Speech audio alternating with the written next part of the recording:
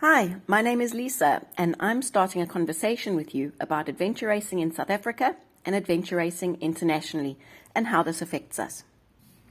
First, I'll start with an introduction as to who I am, so that you know why I'm speaking to you. If you've been in adventure racing for a long time, like long enough to remember the great t-shirt debate, then you'll know who I am. But if you're more recent, like the last 8 years recent into adventure racing, then you'll be wondering, why am I speaking to you? I first got into adventure racing in 1999 with a 250-kilometer event in the Drakensberg organized by Zirk Botha. Adventure racing changed my life. For the next 15 years, everything in my life revolved around adventure racing, from the AR.co.za website, the ADV Race SA group, Adventure Racing Club, and a bunch of years that I spent traveling around the world to different races, writing for the events and also for teams. Adventure racing was my everything. During these years, as involved as I was with adventure racing, I was also very involved with orienteering and navigation coaching. And then I started organizing a bunch of events like the Metro Games, Forest Run, and FEAT, the Adventure Speakers event. In December 2015, I moved from Joburg to the town of Parys in the Free State. This saw me quite disconnected from everything that was familiar, but allowed me space for new. I jumped in as the event director of the Parys Park Run and started 2 new businesses.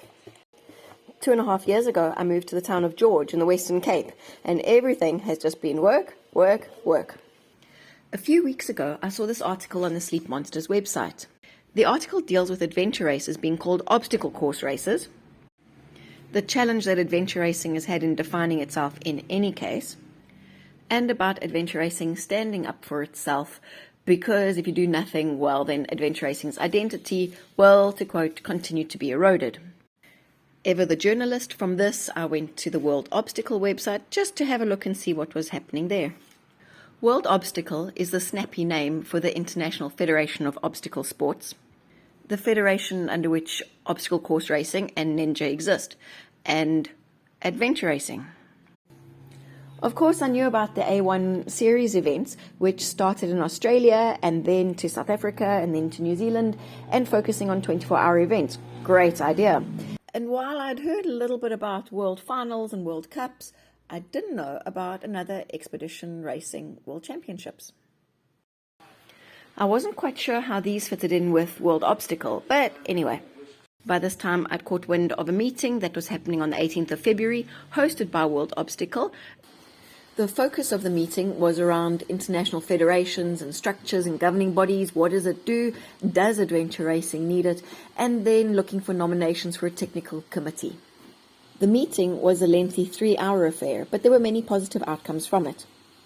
Questions and comments came up in the meeting about adventure racing being compared to obstacle course events, and whether the adventure racing community had been consulted about being adopted under World Obstacles Federation.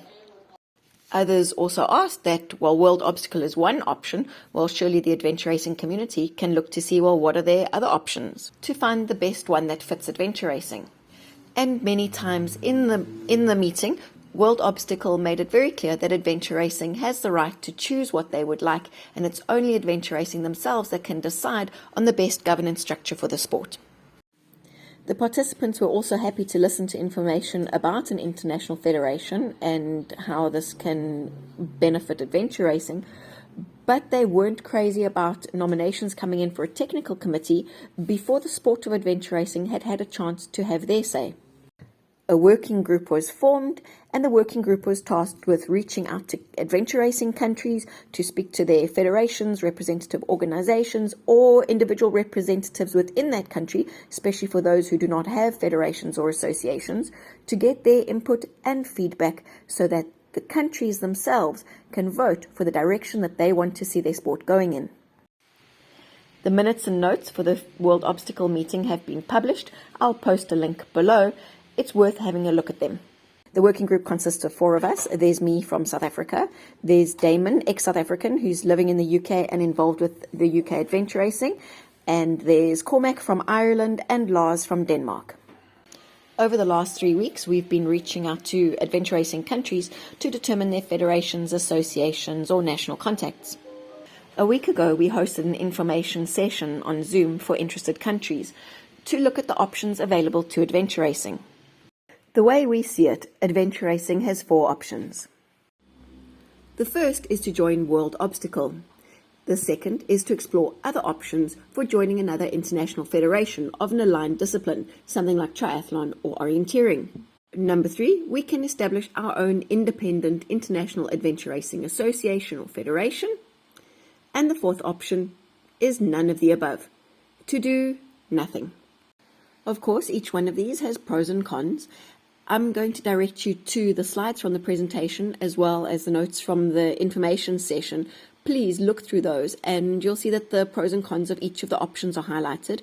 Of course, you'll probably be able to add a couple more to each of those columns. Here's the challenge with adventure racing. It's one of those sports that is unlike anything else. The people who participate in it love the rugged, wild nature of it, the variables, the unknowns, the ungovernableness of the sport. You pick an event, you enter, and you race. For the most part, adventure racing comes without the restrictions and limitations of other disciplines, like swimming, athletics, cycling, where licenses and memberships are necessary. But while even I shy away from structure and governance, I do think that doing nothing is not an option. The most wonderful thing to come out of the World Obstacle meeting on the 18th of February is that adventure racing countries are networking and talking to each other. They're sharing experiences, they're sharing resources, and together they're looking at a way forward for adventure racing. It's important to keep in mind that the decisions made now are not as much for us, but for the adventure races that are to come. The working group has outlined a number of next steps. Their first was to distribute notes from the meetings so that national representatives can speak to their communities. It is then up to those communities to discuss and decide which option they think will work for adventure racing. The representatives then complete a survey, the results of which will be reviewed. If you've stuck with me so far, thank you. Now we finally get to the actual reason for this video. It's to speak to you, South Africa. We have been an active adventure racing country for 24 years. We've never had an association or any other such structure, despite rumblings here and there over the last 2.5 decades.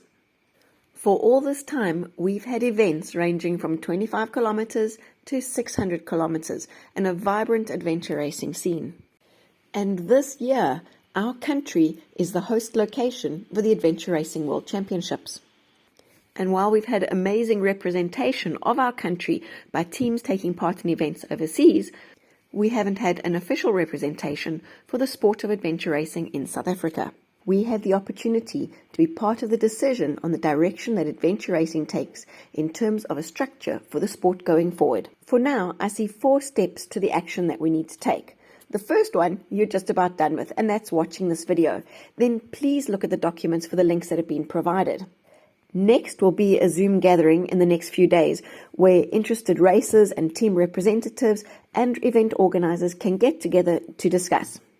Before Adventure Racing International does anything, it needs to be a something. We'll discuss what we see that something as being. We also need to get our own house in order so we can discuss what we see for South Africa.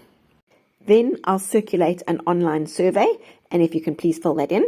And for the last step, let's look at creating a working group or communication group for South Africa.